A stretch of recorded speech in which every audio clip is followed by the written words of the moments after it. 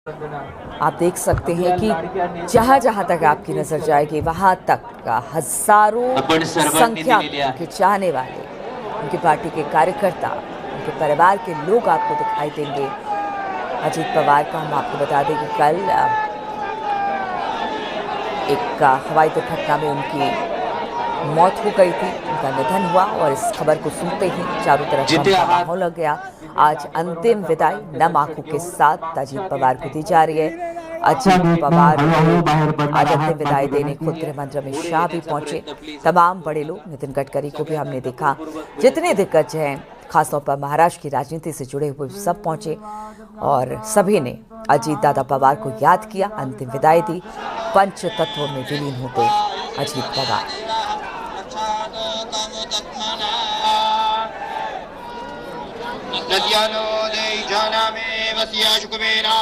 उनके पैतृक गांव में ही उनका अंतिम संस्कार हो रहा है। बारामती में उनका विधानसभा क्षेत्र भी रहा और वहां की जनता से जो उनका लगाव था, कल बारामती के पास ही ये जो प्लेन थी जिसमें सवार होकर अजीत पवार जा रहे थे, बारामती के लिए ही निकले थे वो, लेकिन वहां पहुंचने से पहले ही प्लेन क्रैश हो गई। हालांकि अब जांच की बात सामने आ रही है, किस तरह से दुर्घटना हुई ये तो जांच का विषय है, ये लंबा चलेगा। लेकिन जिस तरह की क्षति महाराष्ट्र की राजनीति में और पूरे देश भर में देखने को मिली है, एक बड़े नेता, दिग्गज नेता, 40-45 साल का उनका पूरा राजनीतिक करियर रहा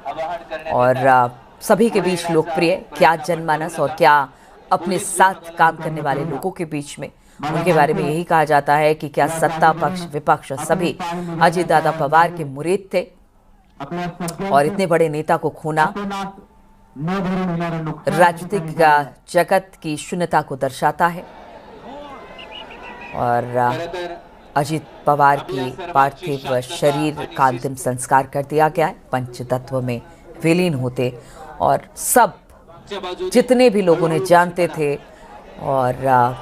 जो पार्टी के एनसीपी के कार्यकर्ता थे वो सब आज पहुंचे हैं नम आंखों के साथ उन्हें अंतिम विदाई देने के लिए। हर व्यक्ति की अपनी कहानी अजीत पवार को लेकर, उनका यही कहना था कि वो आम लोगों से रोज सुबह अपने घर पर उनकी समस्याएं सुनते,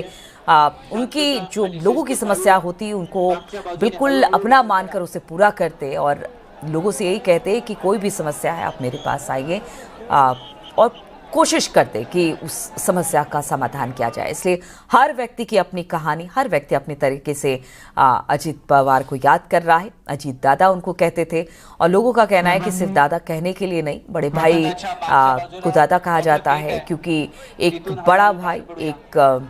अभिभावक के तौर पर लोग उन्हें देखते थे